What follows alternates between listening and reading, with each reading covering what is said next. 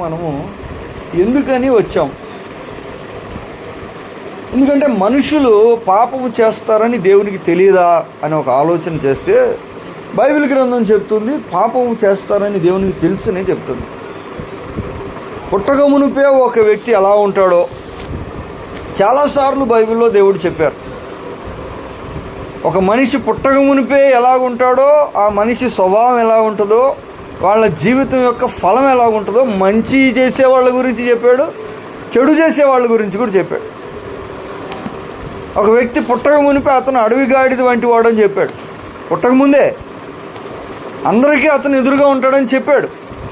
అదే ప్రకారం ఇంకొక బిడ్డ పుడితే ఆ బిడ్డ దేశం మొత్తాన్ని దేవుని వైపు తిప్పుతాడని కూడా చెప్పాడు. బైబిల్ గ్రంథం చెప్తుంది మన తల వెంట్రుకలు దేవుడు లెక్కించాడు, దినములను కూడా దేవుడు లెక్కించాడు. మన నడక పడక సమస్తము దేవునికి ముందే తెలుసు. మరి ఇన్ని తెలిసిన దేవుడు ఎందుకని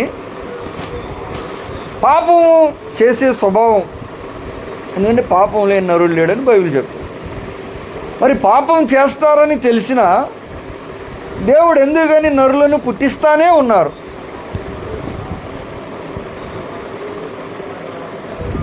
పాపము దేవునికి సంతోషమా? పాపం అంటే దేవునికి సంతోషం లేదు. పోనీ మంచిగా బ్రతికేవారు ఎక్కువ ఉన్నారా? మంచిగా బ్రతికేవారు ఎక్కువగా ఏమీ కనబట్టలేదు. మరి దేవుడు ఎందుకని అనేక మందిని లోకానికి పంపిస్తున్నారు? ఇంకా నాశనం చేసే అవకాశము చాలాసార్లు వచ్చినప్పటికీ దేవుడు చేయలేదు. భూమి అంతా నాశనం అయిపోయినా నోవాహును ఆయన సజీవునిగా ఉంచి నోవాహు నుంచి కొంతమందిని తెచ్చాడు. మళ్ళీ ఆదాముని అప్పుడే ఆయన దేవుడు కానీ ఆపి ఉండుండొచ్చు, అలా కూడా చేయటం లేదు. ఎందుకని అసలు దేవుడు ఈ లోకానికి మనం ఎందుకు వచ్చాం? ఈ ప్రశ్న మనకు తెలియాలి. ఎందుకంటే కారణం లేకుండా దేవుడు ఏమి చేయరు. కారణం లేకుండా దేవుడు ఏది చేయడు. మరి మన జన్మకు కారణం ఏమిటి? ఈ లోకంలో మన జీవితం యొక్క అర్థం ఏమిటి? అసలు ఎందుకు బ్రతకాలి? పోనీ లోకంలో మనిషికి బ్రతుకు సంతోషంగా ఉందా అంటే చాలా వరకు సంతోషం లేదని చెప్పాలి. ఎప్పుడైనా ఒకసారి ఏదన్నా కలుగుతుందేమో కానీ సాధారణంగా మనుషులకు జీవితం భారంగానే ఉంటుంది. పని భారము, పిల్లల్ని పెంచడం భారము, సంపాదించడం భారము, దాన్ని దాచుకోవటం భారము, దాన్ని ఖర్చు పెట్టడం భారము. మళ్ళా ఈ లోకంలో మనం అందరి ఆలోచనలు నెరవేర్చడం భారమే. ప్రజలు చాలా కోరికలు కోరుతారు, బంధువులు కొన్ని కోరుతారు, తల్లిదండ్రులు కొన్ని కోరుతారు, బిడ్డలు చాలా కోరుకుంటారు. అందరూ కూడా ఏదో ఒకటి ఆశిస్తారు. ఇవన్నీ కూడా చేయటం తేలిక అంటే భారమే. మరి ఇలాగ భారభరితమైన జీవితం జీవిస్తున్న మనిషికి సంతోషం ఉందా? మనిషి ఎతుకుతున్నాడు సంతోషం. మనిషి సంతోషాన్ని ఎతుకుతున్నాడు, సంతోషం కావాలని కోరుకుంటున్నాడు. కొన్నిసార్లు సంతోషం కానిది సంతోషం అనుకుంటారు, సంతోషం కానిది సంతోషం అనుకుంటారు. కానీ అది ఇంకా తృప్తి కలిగించదు కాబట్టి అది నిజమైన సంతోషం కాదని తర్వాత చాలా రోజులు బైబిల్ గ్రంథంలో ప్రసంగి సొలొమోను మహారాజు చాలా విషయాల్లో సంతోషాన్ని వెతికాడు, తృప్తి ఉందా అని వెతికాడు. ఎంత అనుభవించినా దాహం తీరట్లేదు. దాంట్లో దాహం తీరట్లేదు కాబట్టి దాహం తీరుతుందని తాగితే అది ఇంకా దాహాన్ని కలిగిస్తే మరి అది తాగినందువల్ల అతనికి ఏం ఉపయోగం లేదు. తాగక మునుపు దాహం ఉంది, తాగిన తర్వాత దాహం ఉంది. మరి దానివల్ల అతనికి ప్రయోజనం ఏముంది? ఆశ నిరాశ అయిపోతుంది. సో ఇలాంటి అనుభవాలు మనిషి ఎదురు చూస్తాం. కనుక మానవుని జీవితం యొక్క ఉద్దేశం ఏంటి? కొన్నిసార్లు మనం దేవుణ్ణి అడుగుతాం, నన్ను ఎందుకు పుట్టించామంటాం. లేదా అలా అడగకపోయినా నేను ఏం చేస్తే దేవుడు సంతోషిస్తాడు అంటాం. ఏం చేయాలి నేను ఈ లోకంలో? నాకు సంతోషం లేదు. కొన్నిసార్లు మన వల్ల ఎవరికి సంతోషం ఉండదు, అలా కూడా అవుతుంది. మన వల్ల ఎవరికి సంతోషం ఉండదు, వాళ్ళ వల్ల మనకు సంతోషం ఉండదు, మన వల్ల ఎవరికి సంతోషం ఉండదు, అలా కూడా ఉంటాం కొన్నిసార్లు. కొన్నిసార్లు మన వల్ల ఇతరులకి కొంచెం సంతోషం ఉంటుంది కానీ వాళ్ళ వల్ల మనకు సంతోషం ఉండదు.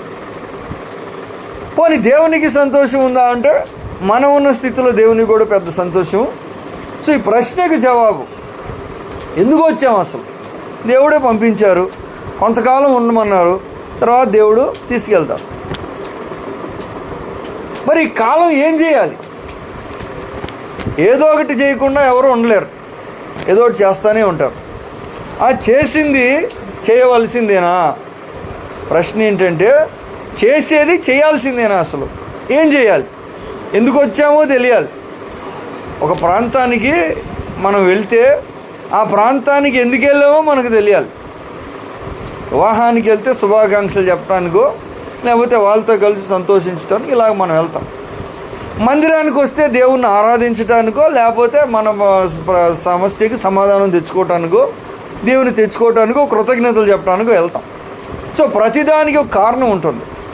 ఈరోజు మానవుని జీవితానికి అసలు కారణం ఏంటి అంటే, రోమాపత్రికలో ఒక మాట రాయబడి ఉంది. ప్రభునందు ప్రియులారా, 11వ వచనం మనం చూసాం. మృతులలో నుండి యేసుని లేపుని వాని ఆత్మ, అంటే యేసుక్రీస్తు మరణానికి అప్పగింపబడిన ఆయన లేపే ఆత్మ ఒకటి ఉంది భూమి మీద. మరణానికి వెళ్ళిన మనిషిని కూడా తిరిగి జీవింపజేసే ఆత్మ ఒకటి ఉంది, పరిశుద్ధాత్మ. ఆయన మీలో నివసించిన ఎడల, దేవునికి స్తోత్రం కలుగుగాక, మీలో ఆయన ఒక వ్యక్తి గురించి మాట్లాడు. పై వచనం కూడా అదే ఉంది, పైన కూడా అదే ఉంది. మరి చూడండి ఏముంది పైన, అదే వచనం. క్రీస్తు మీలో ఉన్న ఎడల. క్రీస్తు అంటే ఎవరు? శరీరధారి అయి చనిపోయి బతికిన ఆయన. ఆయన మీలో ఉన్న ఎడల అంటున్నాడు. కింద ఏమన్నాడు? ఆయనను లేపిన ఆత్మ అంటున్నాడు. క్రీస్తు మీలో ఉన్న ఎడల, క్రీస్తు ఆత్మ మీలో ఉన్న ఎడల. ఏది? ఆయనను లేపిన ఆత్మ. ఇంకోటి పైన ఇంకో మాట అంటున్నాడు, 9వ వచనం చూడండి. దేవుని ఆత్మ మీలో నివసించిన ఎడల. 3 విషయాలు చెప్పాడు ఇప్పుడు. మా చూడండి, కుండ నేను తెచ్చాను. ఎందుకు తెచ్చాను? మట్టి పోయటాకైతే తేలేదు. కుండలో మట్టిని పోయటానికైతే నేను తేలేదు, కొనుక్కొని వచ్చాను నిన్న. అది పరీక్ష చేశాను, అది సరిగా నీళ్లు కూలింగ్ అవ్వట్లేదు కాబట్టి వెళ్ళి మళ్ళీ మార్చుకొచ్చాను. ఆ కుండను నేను ఒక రకంగా వాడాలని తెచ్చాను, దాంట్లో నీళ్లు పోసి దాన్ని. సో మానవుని దేవుడు భూమి మీదకి ఎందుకు పంపించాడు? అదే ప్రశ్న. మనం ఎందుకు వచ్చాం లేదా ఆయన ఎందుకు పంపించాడు? ఇక్కడ మనం ఏం చేయాలి? ఆయన ఉద్దేశం ఏంటి? 3 విషయాలు చెప్తున్నాడు ఇక్కడ. పైన ఏమంటున్నాడు? 9వ వచనంలో దేవుని ఆత్మ, దేవుని ఆత్మ అన్నాడు. ఆ కింద వచ్చిన ఏమంటున్నాడు? క్రీస్తు అంటున్నాడు. ఆ కింద వచ్చిన ఏమంటున్నాడు? క్రీస్తుని లేపిన ఆత్మ అంటున్నాడు. మళ్ళీ 3 రకాలుగా చెప్పాడు. 3 రకాలు ఒకటే ఫలం, మళ్ళా ఒకటే ఉద్దేశం. ఏంటది? మీలో దేవుని ఆత్మ, మీలో క్రీస్తు, మీలో క్రీస్తుని లేపిన వాని ఆత్మ. మనలో దేవుడు ఉండాలని మనల్ని పంపించాడు. దేవునికి స్తోత్రం కలుగుగాక. ఈ లోకానికి మనం ఎందుకు వచ్చాం? ఈ ప్రశ్నకి జవాబు. దేవుని కోణం ఆలోచన చేస్తున్నాం, దేవుణ్ణి అడుగుతున్నాం. కుండ నన్ను అడిగితే నన్ను ఎందుకు కొన్నావు నువ్వంటే, నేను చెప్తా దాంట్లో పెరుగు తోడు పెట్టడానికో, లేకపోతే నీళ్లు పోయటానికో, లేక నూనె పోయటానికో ఏదో ఒక కారణం నేను చెప్తా దానికి. అదే ప్రకారంగా మనం దేవుణ్ణి అడుగుతున్నాం, అయ్యా నన్ను భూమి మీదకి మీరు ఎందుకు పంపించారు? మనకు కొన్ని ఆలోచనలు ఉంటాయి, భూమి మీదకి ఎందుకు వచ్చామో. చాలా రకాలైన ప్రయత్నాలు, ప్రయాసాలు. మానవుని జ్ఞానం అది, లేక లోకం చెప్పే ఉద్దేశం అది.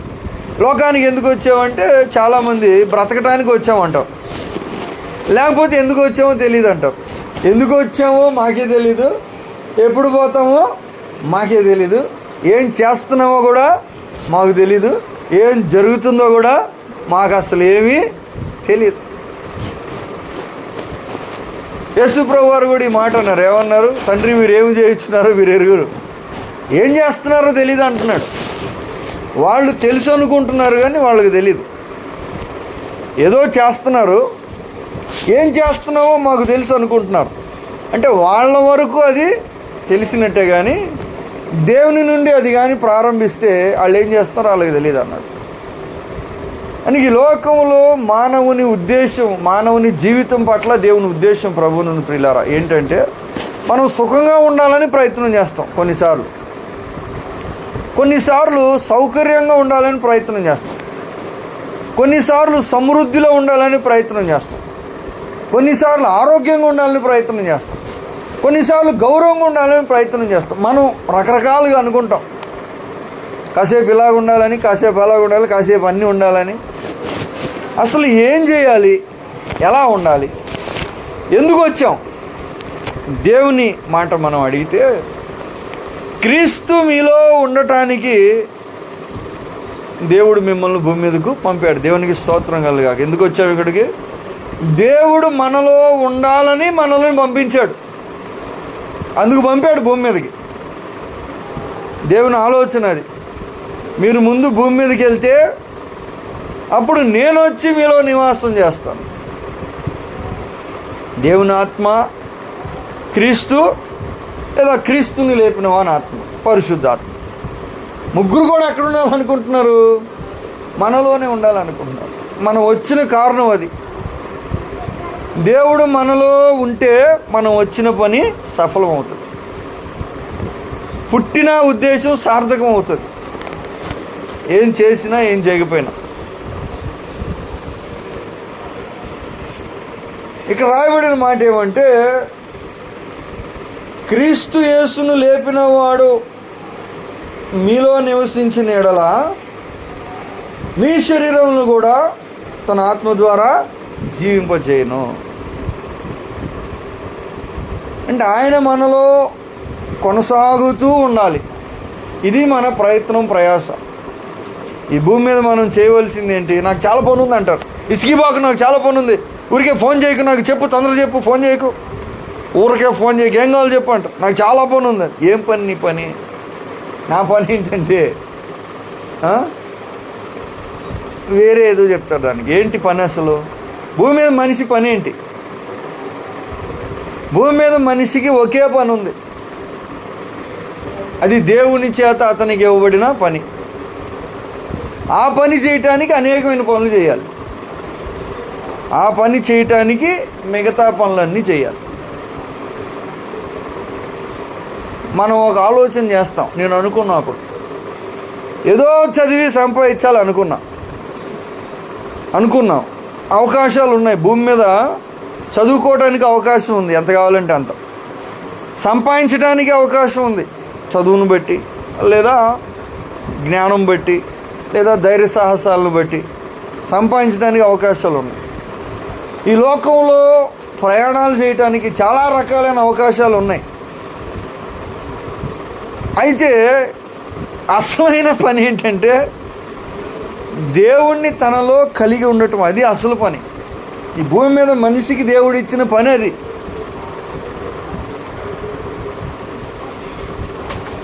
కుండను నేను తెచ్చింది నీళ్లు పోయటానికి. అది నాలో నీళ్లు పోయటానికి లేదు, నేను ఖాళీగా ఉంటాను అందనుకో, అప్పుడు అది నేను తెచ్చిన ఉద్దేశం నెరవేర్చట్లేదు కదా, కాబట్టి అది అంటానికి కుదరదు. లేదు, నీళ్లు కాకుండా నాలో ఇసుక అయితే పోయి, కానీ మట్టి అయినా పర్వాలా, ఇసుక అయినా పర్వాలా, తర్వాత ప్లాస్టిక్ కాగితాలైనా పర్వాలేదు, తర్వాత నాలో ఊడ్చి చెత్త అయినా పర్వాలేదు, కానీ మంచినీళ్ళు మాత్రం పోయిద్ది అంటుంది అనుకో. ఒకవేళ అంటే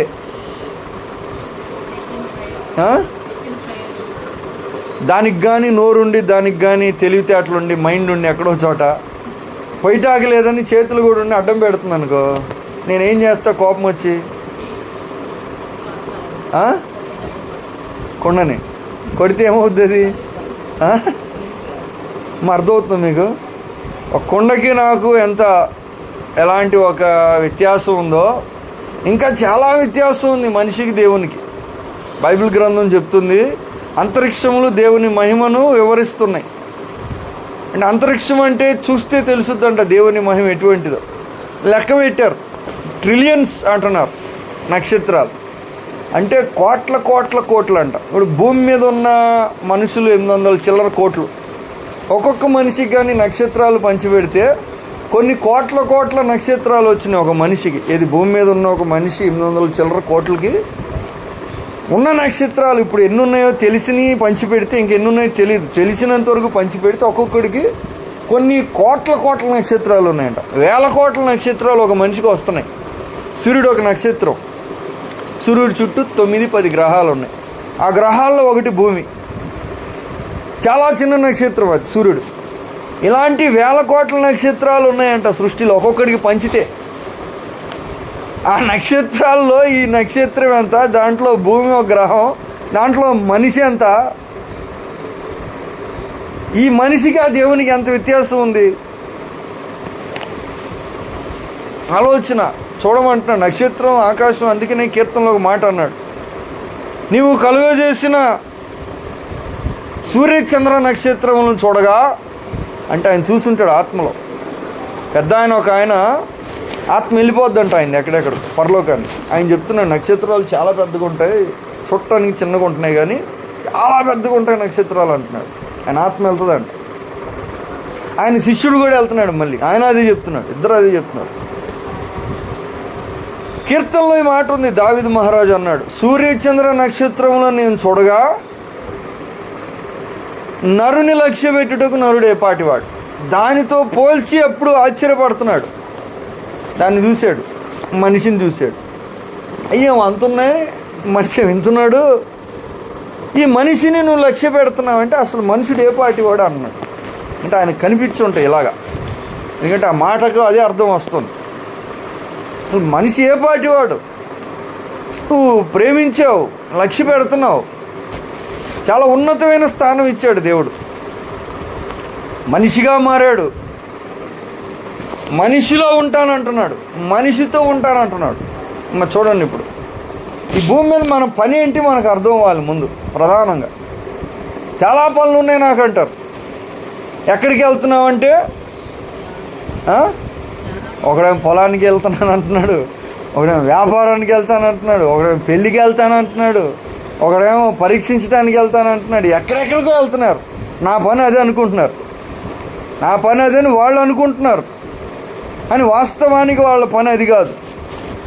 వాళ్ళ పని ఏంటంటే దేవుడిచ్చింది వాళ్ళ పని. ఎందుకంటే ప్రాణం ఇచ్చింది దేవుడు, శరీరం ఇచ్చింది దేవుడు, ఆహారం ఇచ్చేది దేవుడు, ఆరోగ్యం ఇచ్చేది దేవుడు, మరలా తీసుకునేది కూడా దేవుడే. ఇంకా దేవుడు ఇచ్చిన పని ఏంటి?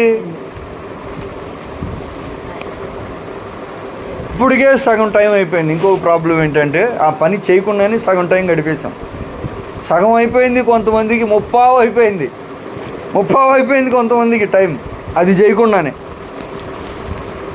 నాకు ఓ పని ఇచ్చి ఆ పని చేయమన్నప్పుడు యజమానుడు ఆ పని నేను చేయకుండా చాలా టైం గడితే ఇంకో కొద్ది టైంలో ఆ పని చేయాలంటే నేను చాలా పరుగులెత్తాలి. ఒకవేళ కష్టపడి చేస్తే ఆయన చూసి ఒకవేళ లేట్ అయినా కానీ తర్వాత చేసాడని సంతోషపడవచ్చు. చేయకుండానే టైం అంతా గడిపాను అనుకోండి, లెక్క అడుగుతాడని ఉంది బైబిల్ గ్రంథంలో. మన బైబిల్ గ్రంథం ఏముంది? లెక్క అడుగుతాడు దేవుడు. దేని గురించి అడుగుతాడు? చాలా విషయాలు అడుగుతాడు. ఫైనల్గా ఒక మాట, నేను నీలో నివాసం చేయాలని నిన్ను నేను సృష్టించాను. అదేగా బైబిల్ చెప్తుంది. ఆయన మనలో జీవించాలని చనిపోయాడంట. చూడండి, గల్తీ పత్రిక 2వ అధ్యాయం ఈ మాట ఉంటుంది. రోజు ఈ విషయం మనం అవగాహన చేసుకోవాలి. ప్రభునందు ప్రియులారా, నేను ఏం చేయాలి భూమి మీద? దేవుడిచ్చిన ఈ జీవితము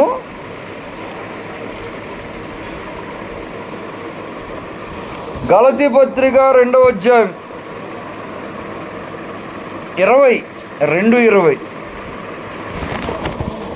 2 అధ్యాయము 20. క్రీస్తుతో కూడా సిలువ వేయబడి ఉన్నాను. ఇకను జీవించువాడను నేను కాను, క్రీస్తే నా యందు జీవించుచున్నాడు. నేనిప్పుడు శరీరమందు జీవించుచున్న జీవితము నన్ను ప్రేమించి నా కొరకు తను అప్పగించుకున్న దేవుని కుమారుని యందలి విశ్వాసము వలన జీవించుచున్నాను. నేను దేవుని కృపను నిరర్ధకము చేయను. నేను ఏం చేస్తున్నాను క్లియర్గా చెప్తున్నాడు. ఏం చేస్తున్నావయ్యా పౌలు గారు? ఒక ఆయనకు దేవుడు సర్వసత్యం బయలుపరిచారు. సర్వసత్యం ఇది. సర్వసత్యం అంటే ఏంటి? ఆకాశానికి వెళ్ళాడు, 3వ ఆకాశానికి. అక్కడ ఉన్న విషయం చూశారు. దేవుడు దూతలు, జీవము, తీర్పు, మరణము, నరకం కూడా చూశాడు. నరకం కూడా చూశాడు ఆయన. నరకం గురించి కూడా రాశాడు. పరలోకం గురించి రాశాడు. దేవుని గురించి రాశాడు. భవిష్యత్తు కూడా చూశాడు. ఏం జరగబోతుంది?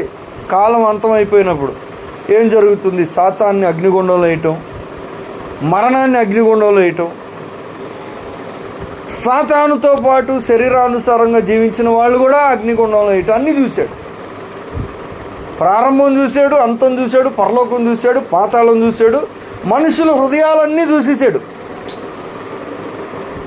అందరి హృదయం చూసి అందరూ ఏం ఆలోచన చేస్తున్నారు, ఇలా ఎందుకు ఆలోచన చేస్తున్నారు కూడా చెప్పాడు. అపవాది వారి కనులకు గుడ్డితనం కలిగిస్తుంది అంటున్నాడు. ఎందుకంటే ఆయనకి ఏది కనపడుతుందో అది వీళ్ళకి కనపట్లేదు కాబట్టి ఎటు వెళ్ళాలో అటు వెళ్ళకుండా ఎటు వెళ్ళకూడదు అటు వెళ్తున్నారు. ఈ యుగ సంబంధమైన దేవత వారి కనులకు గుడ్డితనము కలుగజేస్తున్నాడు. గుడ్డితనం కలుగజేసి గుడ్డోడు ఏం చేస్తాడు? ఒకటి తడబడుతూ నడుస్తాడు. లేదా నువ్వు ఎందుకు బాధపడతావు, నేను తీసుకెళ్తాను రా అని ఎవరైనా వచ్చి చేయబెట్టుకున్నారనుకో, గుడ్డిగా వాళ్ళ వెనకాల వెళ్తాడు. శరీరం వచ్చి ఒక మనిషిని నడిపిస్తుంది, సాతాను వచ్చి ఒక మనిషిని నడిపిస్తుంది. ఎక్కడికి నడిపిస్తుంది? సాతాను ఎక్కడికి వెళ్తున్నాడు అక్కడికేగా తీసుకెళ్తాడు. సో సమస్తాన్ని చూసిన వ్యక్తి రాసిన మాటలు ఇవి. ఆత్మ ద్వారా సర్వసత్యం ఆయనకు అర్థమైంది. ఆయన చెప్తున్నాడు, నేను జీవించుతున్న జీవితం. ఆయన అప్పుడు దాకా ఒకలా బ్రతికాడు, సడన్గా మార్చాడు మొత్తం. ఎందుకు మార్చావంటే చెప్తున్నాడు, నేను జీవించుతున్న జీవితము నేను కాదు జీవించేది, ఏక జీవించువాడను నేను కాదు. ఇలా ఎందుకు బతుకుతున్నానంటే బతికేది నేను కాదు కాబట్టి అన్నాడు. నేను ఎలా ఎందుకు బతుకుతున్నానంటే బతికేది నేను కాదు కాబట్టి నేను ఇలా బతుకుతున్నాను. మరి ఎవరు బతుకుతున్నారు? నువ్వు కాదు బతికేది. నేను బ్రతికినట్టు కనబడుతున్నాను కానీ వాస్తవానికి నాలో ఆయన బతుకుతున్నాడు కాబట్టి క్రీస్తే నా యందు జీవించుచున్నాడు. ఎందుకు? నాకు పునరుద్ధానం కావాలంటే, దేవుని ఉద్దేశం నేను నెరవేర్చాలంటే, నన్ను బట్టి దేవునికి సంతోషం కలగాలంటే, రేపు తీర్పు దినం నేను గొప్ప మహిమ పొందాలంటే, ఈరోజు నాలో ఎవరు బ్రతకాలి? క్రీస్తు నాలో బ్రతకాలి. నేను ఇప్పుడు ఎక్కడ జీవిస్తున్నావు? ఆలోచనలో కాదు, ఆలోచనల్లోనా, ఊహల్లోనా, లేకపోతే ఉద్దేశంలోనా అంటే కాదు. నేను ఇప్పుడు శరీరమందు జీవించుచున్న జీవితం, శరీరమందు నేను జీవిస్తున్న జీవితము నన్ను ప్రేమించి నా కొరకు తన్ను తాను అప్పగించుకొనిన దేవుని కుమారుని యందలి విశ్వాసం వలన జీవించుచున్నాను. నా కొరకు చనిపోయిన దేవుని కొరకు, నా కొరకు ఆయన చనిపోయాడు. నా కొరకు ఆయన చనిపోయాడు. ఎందుకు చనిపోయాడు? నీకోసం దేవుడు నన్ను ప్రేమించి చనిపోయాడు, నన్ను రక్షించాలని చనిపోయాడు, నన్ను వదిలిపెట్టలేక చనిపోయాడు, నన్ను సృష్టించాడు కాబట్టి చనిపోయాడు. ఎందుకు చనిపోయాడు?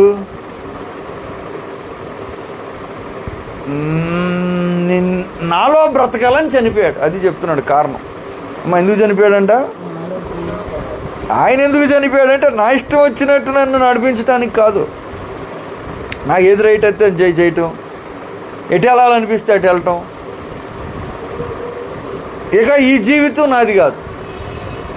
నేను జీవించే జీవితం ఇప్పుడు ఎవరిది? నాది కాదు. నాది కాదు కాబట్టి నేను ఇంకొకలాగా జీవిస్తున్నాను. ఇంతకు మునుపు జీవించినట్టు జీవించడం లేదు. క్రీస్తు నాలో జీవిస్తున్నాడు. ఇది ఆయన చెప్తున్న కారణం.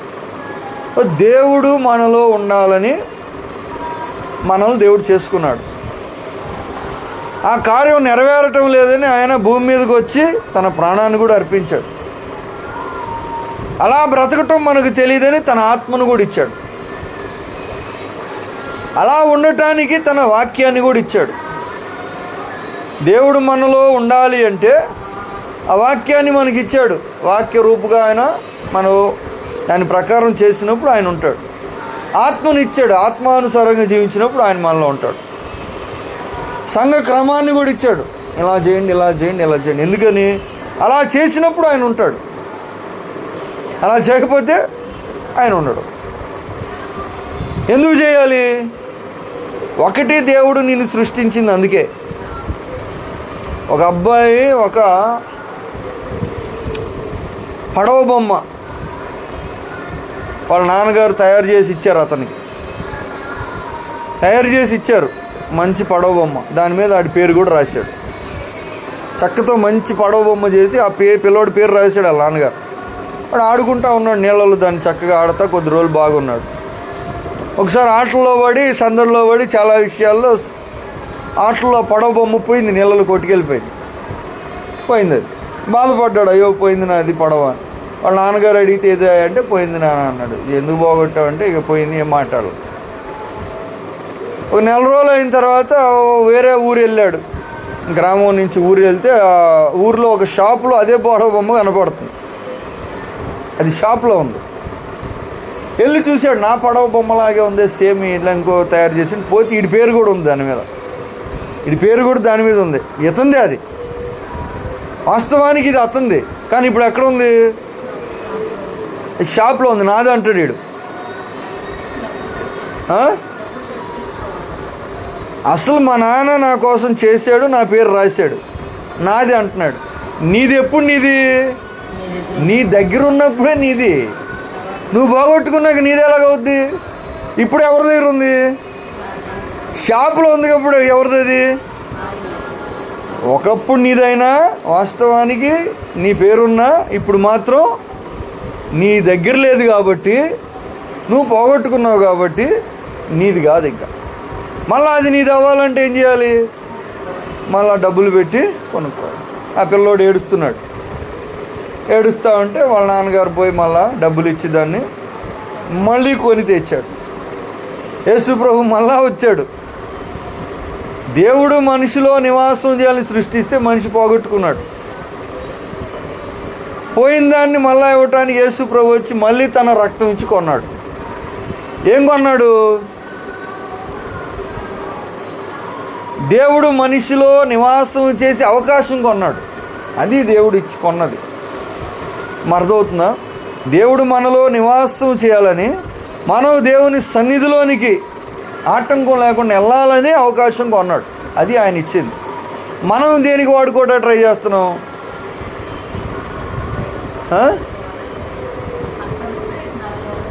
అది దేవుడు ఇచ్చిన అవకాశం. దేవుని సన్నిధికి వెళ్ళే అవకాశం ఇచ్చాడు.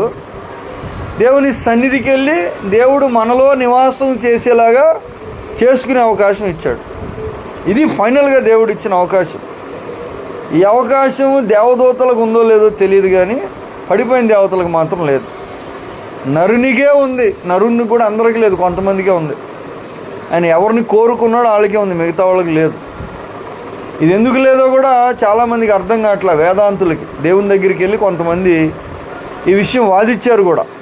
ఏం వాదించారంటే, కొంతమందే పరలోకం వెళ్ళటం ఏంటి, మిగతా వాళ్ళు నరకానికి వెళ్ళటం ఏంటి, వాళ్ళు నాశనం అయిపోతారు, బాధపడతారు కదా, మరి ఇది అన్యాయం కదా అని చాలామంది ఆటంకం పడింది వాళ్ళకి మనసులో. అయితే అది ప్రార్థన చేస్తుండగా కొన్నిసార్లు తెలియని ఒక ఆత్మీయమైన వెలుగు జ్ఞానం వాళ్ళకి వచ్చి అప్పుడు వాళ్ళకి అర్థమైంది. ఏం అర్థమైందో మనకైతే తెలియదు, కానీ అప్పటి నుంచి అలా మాట అయితే దేవుని అనలా. ఏదో ఒక అనుభవం కలిగింది వాళ్ళకి. అంటే అందరికీ లేదు, కొంతమందికే ఉంది.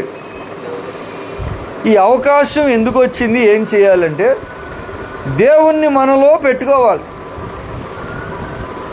అది దేవుడు మనకిచ్చిన అతి శ్రేష్టమైన ధన్యత, అవకాశం. మనం దీన్ని దేనికి వాడుతున్నాం? శరీరంలో దేవుడు ఉండాలనుకుంటున్నారు, మనసులో దేవుడు ఉండాలనుకుంటున్నాడు, మాటలో దేవుడు ఉండాలనుకుంటున్నాడు, ఆత్మలో దేవుడు ఉండాలనుకుంటున్నాడు. మనం శరీరంలో ఆరోగ్యం పెట్టుకోవాలని కోరుకుంటున్నాం దేవుని ద్వారా. మన జీవితంలో భూమిని పెట్టుకోవాలనుకుంటున్నాం దేవుని ద్వారా. ఇవన్నీ పెట్టుకోవాలనుకుంటున్నాం. అవి కావాలి ఇవి కావాలని అడుగుతాం. అసలు దేవుడు మెయిన్ ఉద్దేశం ఏంటి? ఆయన మనలో ఉండాలని అసలు మెయిన్ కోరిక అది. మనలో ఆయన నిండిపోవాలని. అందుకనే ఇంకొక మాట ఇక్కడ రాయబడి ఉంది. మా చూడండి ఏముందంటే, ఈ మాట చెప్తున్నాడు పౌలు గారు. ఏం చెప్తున్నాడు? మీ గురించి మరలా నాకు ప్రసవ వేదన కలుగుతుంది అన్నాడు. ఎప్పుడు అన్నాడంటే,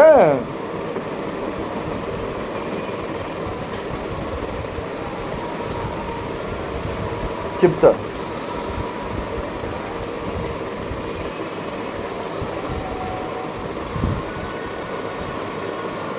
గలతీ 4:19 చూడండి. గలతీ 4:19. 4:19 గలతీ. నా పిల్లలారా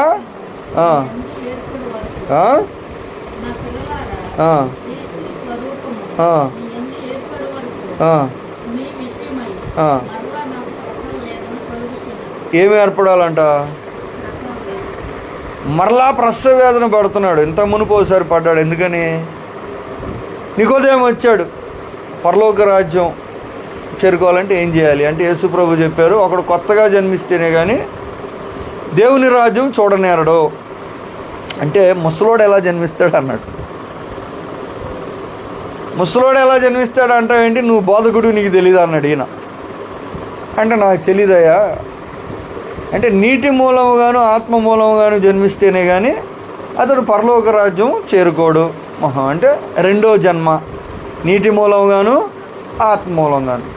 ఇది దాని గురించి ఒకసారి ప్రసవ వేదన పడ్డాడు. వాళ్ళు రెండవ జన్మ ఎత్తాలి అని ప్రసవ వేదన పడ్డాడు పౌలు గారు. కొంతమంది కోసం ప్రార్థన చేసి చాలా రోజులు అయిన తర్వాత వాళ్ళు కొత్త జన్మ. మళ్ళా కొంతకాలం అయిన తర్వాత మళ్ళీ ప్రసవ వేదన పడుతున్నాడు. ఇప్పుడు ఎందుకు పడుతున్నావా అంటే ఏమంటున్నాడు? క్రీస్తు స్వరూపము మీ యందు ఏర్పడు వరకు మరలా మీ విషయమే నాకేం కలుగుతుంది? మరలా కలుగుతుందంటే ఇంత మునుపు ఒకసారి కలిగింది. అదేనికి కొత్తగా జన్మించాలి. ఇప్పుడు క్రీస్తు స్వరూపము మీలో ఏర్పడాలి. యేసుక్రీస్తు రూపం మీలో ఏర్పడాలి. అలా వచ్చే వరకు మీ గురించి నాకేం కలుగుతుంది? ప్రసవ వేదన కలుగుతుంది. ఎందుకంటే దేవుడు మనిషిని చేసింది, చూసింది, దేవుడు మరణించింది, దేవుడు ఈ లోకంలో ఒక మనిషి విషయం సంతోషించేది, దేవుడు బోధించేది, దేవుని ఆత్మ మన నుండి ఆశించేది ఏంటంటే ఆ క్రీస్తు రూపం మనలో ఏర్పడాలి. ఆయన రూపం ఏదో మనలో ఆ రూపం ఏర్పడాలి.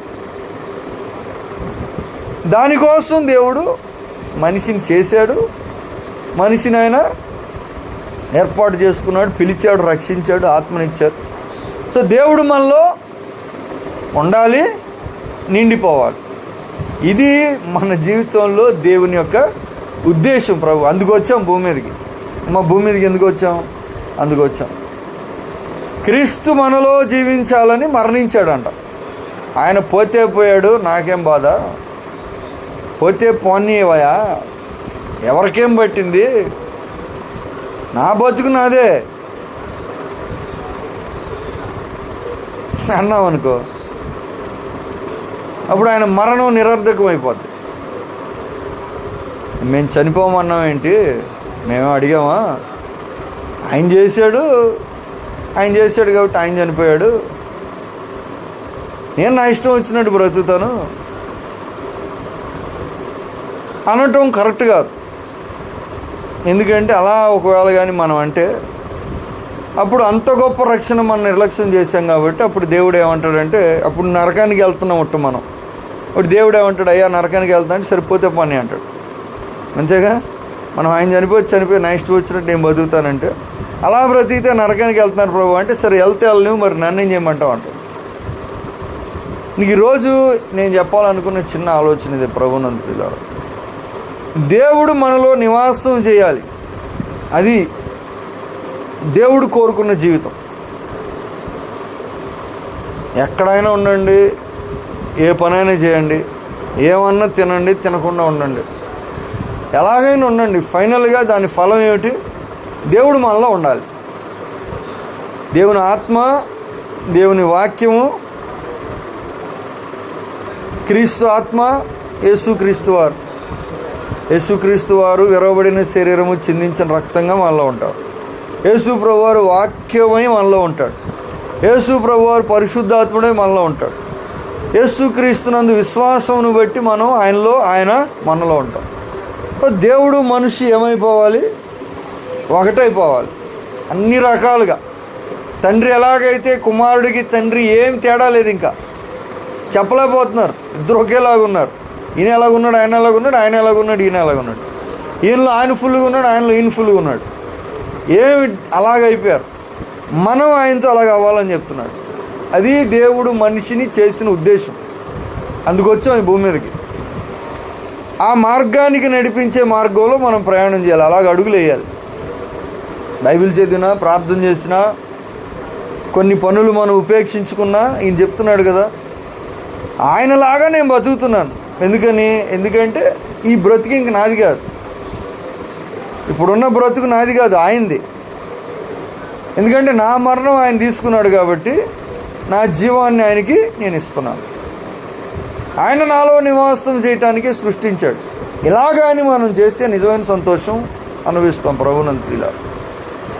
ఇలా జీవించినప్పుడు మన జీవితం సార్థకం అవుతుంది, తృప్తి కలుగుతుంది. ప్రధానంగా ఏం కలుగుతుంది? తృప్తి కలుగుతుంది. లేకపోతే ఎంత సంపాదించినా పెద్ద బిల్డింగ్ మనం కట్టామనుకోండి, మనకంటే ఇంకొద్ది పెద్దది కడతాడు ఇంకోడు. ఏం లేదు, ఇంకో 100 అడుగులు పెద్ద కట్టాడు అనుకో, ఇక మనకేముండదు. ఎందుకంటే ఆ పేరు ఉండదు. అందరికంటే పెద్దది ఇది. ఇంత కష్టపడి ఆ పేరు రాలేదు కాబట్టి వాళ్ళకి ఏముండదు, ఆ సంతోషం ఉండదు. అర్థమవుతుంది మీకు? ఎందుకంటే చూసాం, మా బంధువులు ఒకడు కారు కొన్నాడు, వీళ్ళకి చిన్నది ఉంది, వాళ్ళు పెద్దదిగా ఉన్నారు. వాళ్ళు పెద్దదిగా ఉంటే ఇప్పటికి వీళ్ళకి ఏమైంది?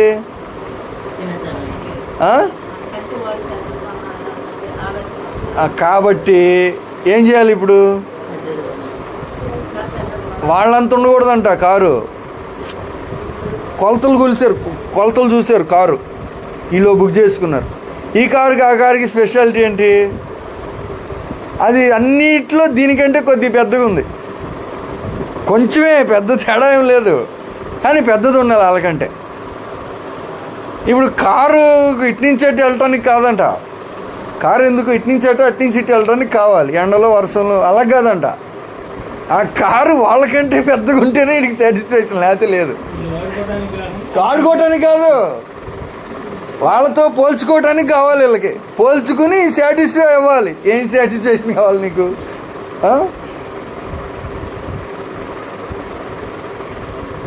కానీ ఈ లోకంలో ప్రభునందు ప్రియులారా ఎందుకు తృప్తి కలగటం లేదు?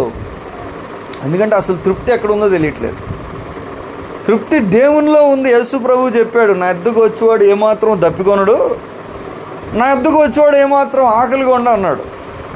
ఇక వాటి మీదకు మనసు వెళ్ళటం కానీ, వాటి విషయం మనకు ఆకలి లాంటిది కలగటం కానీ ఉండదు. ఎప్పుడు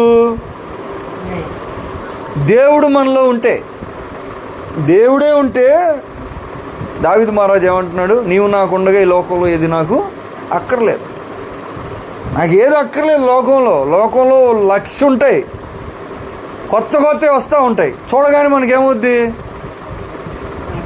చూడండి అమ్మా, కొనొద్దు, చూడండి అంతే. ఈ పేరా ఇదే వేసి పరుస్తూ ఉంటాడు.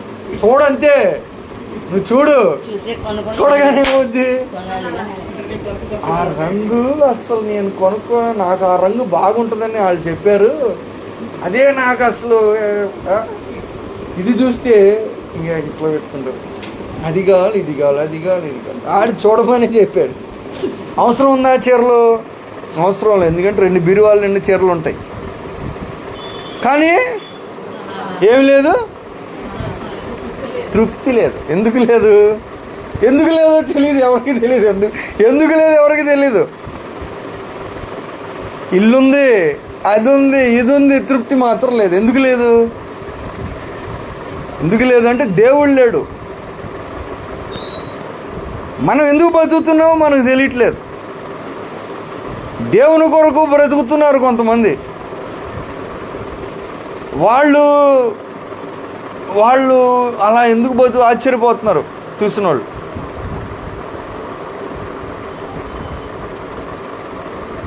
నీవు నాకు ఉండగా ఈ లోకంలో ఏది నాకు అక్కర్లేదు.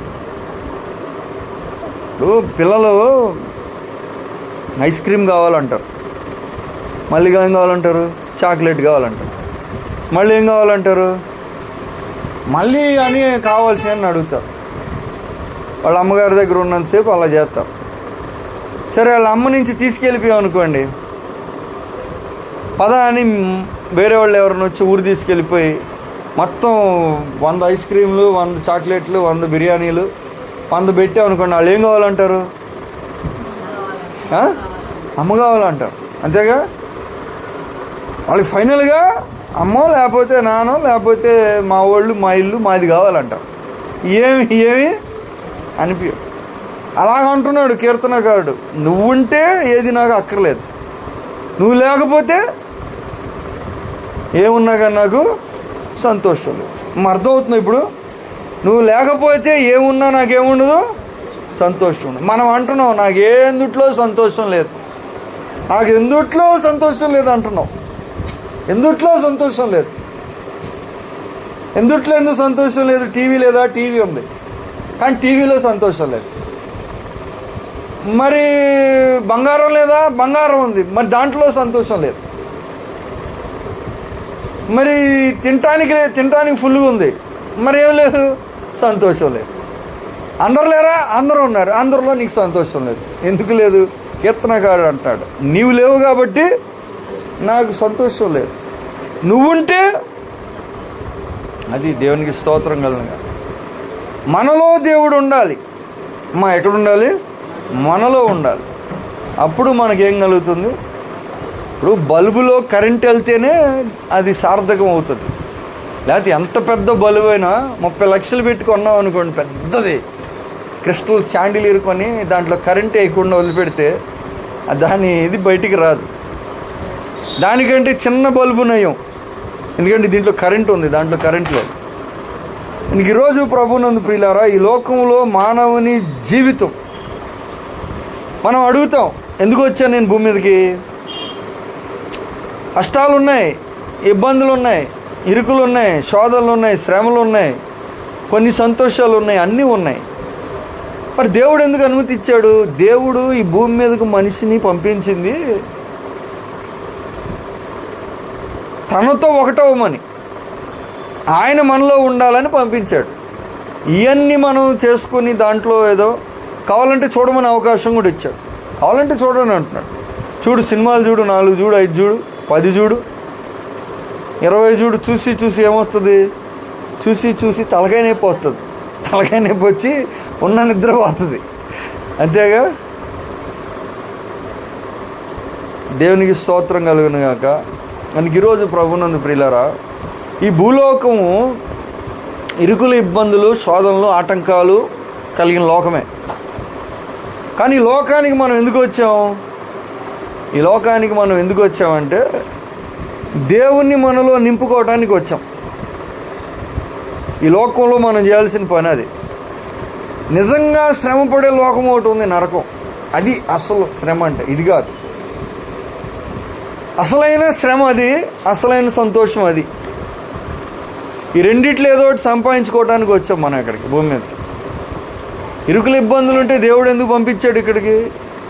ఎందుకు పంపించాడంటే మనం జయించాలని, దేవుణ్ణి నింపుకోవాలని పంపించాడు. అది మన పని. ఈ లోకంలో సంతోషం అనుభవించడానికి లేదు. ఎందుకంటే లోకంలో సంతోషం లేదు, దేవునిలో ఉంది. నిత్య సంతోషం పరలోకంలో ఉంది, అది ఇక్కడ దొరకదు. నిత్య నాశనం నరకంలో ఉంది, అది ఇక్కడ రాదు. ఇక రెండు మిక్స్ అయిపోయి ఉన్నాయి ఇక్కడ. ఈ లోకంలో నేను ఏం చేయాలంటే నువ్వు పరలోకాన్ని సంపాదించుకోవాలి, అది నీ పని భూమి మీద. అది ఎలా జరుగుతుంది? దేవుణ్ణి నువ్వు నింపుకోవాలి. ఇది మన పని. ఇది ఫెయిల్ అయితే అప్పుడు అస్సలు నిజమైన వేదన కలుగుతుంది. దానికి చెప్పాడు, నరకంలో ధనవంతుడు ఒక నరకంలో పడి అక్కడ నీళ్లు లేవు, అక్కడ నీటి చుక్క అడుగుతాడు. నరకంలో నీటి చుక్క ఎక్కడ దొరుకుతుంది? ఆ గుర్తుంది అతనికి, దాని జ్ఞాపకం ఉంది ఆడికి, అక్కడ నీళ్ళు లేవు. అదే జ్ఞాపకం వస్తుంది, తాగితే ఎంత బాగుంటుంది అనిపిస్తుంది. ఈ మంటలో అది గుర్తు వచ్చి అది దొరక్క ఆడు పడే బాధ ఎవడు పట్టించుకోడు. ఎందుకంటే చుట్టుపక్కల మిగతా వాళ్ళు కూడా ఇంకే గట్టిగా అరుస్తూ ఉంటారుగా. వాళ్ళు అంతమంది అరుస్తూ ఉంటే ఈడి బాధ ఎవడు పట్టించుకుంటాడు. వీడికి అది గుర్తొచ్చి వీడికి అది అసలు అక్కడ పొజిషన్ మామూలుగా లేదు. సాతాను అందగంటి గట్టిగా అరుస్తూ ఉంటాడు. వీడు మమ్మల్ని తెచ్చి మాకంటే అరిసేయడానికి ఆడి అరుపులేనాలా, మన అరుపులేనాలా, వీళ్ళు అరుపులేనాలా, ఏం చేయాలో అర్థం కాదు అక్కడ. అది ఆలోకం. ఇక్కడ కష్టాలు ఉంటాయి, కానీ ఇక్కడ మనం సుఖపడటానికి కాదు వచ్చింది, నిజమైన సంతోషం అక్కడ ఉంది. ఇక్కడ జయించటానికి వచ్చాం. ఎందుకు వచ్చాం? జయించటానికి వచ్చాం. ఏం జయించాలి? చదువుల్లో జయించాలి, సంపాదనలో జయించాలి, లేకపోతే కీర్తి సంపాదించుకోవాలి, లేకపోతే పరువు ఏదో సంపాదించుకోవాలి. ఇవన్నీ మామూలుగా సత్యం కాదు, అది సర్వసత్యం కాదు. అవి కొంతవరకు బాగానే ఉంటాయి, కానీ శాశ్వతం రావు కదా. శాశ్వతంగా ఏం రావు, కొంచెమే ఉంది దాంట్లో. సో ఈ లోకంలో మనం దేవుణ్ణి సంపాదించటానికి, జయించటానికి వచ్చాం. కాబట్టి సుఖంగా ఉండాలి అనొద్దు, మొత్తం సుఖం ఉండదు. దేవుడు ఇచ్చినప్పుడు వస్తుంది విశ్రాంతి. ఈ లోకం మిక్స్ అయిపోయింది, వెలుగు చీకటి, తర్వాత చలి వేడి, భూమి ఉన్నంతకాలం ఉంటాయి అన్నాడు. ఈ లోకంలో మనం వచ్చింది ఎందుకు అనేది మీరు అర్థం చేసుకోండి. దేవుడు ఎందుకు చనిపోయారు కూడా మీరు గుర్తు చేసుకోండి. అందుకే రొట్టె విరిచి ఇస్తాం. ఎందుకు ఇస్తాం? మనం ఆయన కొరకు, ఆయన మన కొరకు చనిపోయాడు కాబట్టి మనం ఆయన కోసం బతకాలి. మనలో బ్రతకటానికి ఆయన చనిపోయాడు. అది నిజమైన జీవితం. దేవుని కొరకు జీవించే జీవితమే నిజమైన జీవితం. రాజకీయ నాయకుల కోసం జీవించాం అనుకోండి, ఉదాహరణకి, వాళ్ళు ఏం చేస్తారు? రాజకీయ నాయకుల కోసం బతికితే ఏం చేస్తారు? మీకు తెలుసు, మీరే అర్థం చేసుకోండి. వాళ్ళ కోసం బతికేమనుకో ఏం చేస్తారు వాళ్ళు? తెలుసు అనమాట. మీకైతే అర్థమవుతుంది, అర్థమవుతుంది విషయం, అయితే అర్థమవుతుంది, అదైతే అర్థమవుతుందిగా. పోనీ సినిమా యాక్టర్ల కోసం బతుకుదామా? మేము వెళ్ళేవాళ్ళం, మా అభిమాన హీరో కోసం మేము దండల గిండలు వేయటం, తర్వాత బాంబులు పేల్చడం, అవి కటౌట్లు వాళ్ళ కోసం చేసామనుకో, వాళ్ళు ఏం చేస్తారు? అంటే అర్థమవుతుంది మీకు? సో ఈ లోకంలో నిజంగా మనం వచ్చింది, దేవుడు పంపించింది, దేవుడు మనలో జీవించాలని పంపించాడు. ఆ గొప్ప ధన్యత మనకు వచ్చింది. అయితే పోగొట్టుకోవచ్చు చాలా పనుల్లో పడి. పనులు చేయాలి. ఎంతవరకు చేయాలి? దీనికి ఆటంకం లేకుండా చేయాలి. దీనికి ఆటంకం అయితే అప్పుడు అది ఏం జరుగుతుందంటే నష్టం జరుగుతుంది. దేవుని చిత్తం నెరవేరటం లేదు కనుక అప్పుడు అది మనకు ఆటంకమే అవుతుంది. మనకి ఈరోజు గ్రహించండి ప్రభునందు ప్రియులారా, దేవుణ్ణి మనం అడుగుతాం, ఎందుకు పంపించావయ్యా? నీలో నేను బ్రతకటానికి పంపించాను అంటున్నాడు. నువ్వు నాలో బతకటానికి లేదు, ఎవరైనా బతకొచ్చు కానీ నువ్వు నాలో బతకటానికి లేదు అంటే, నీకోసం నేను ప్రాణం కూడా పెట్టాను, అయినా సరే నాలో బతకటానికి లేదు. అదొక రకం. లేదు ప్రభువా, నీవే నాలో నివాసం చెయ్యి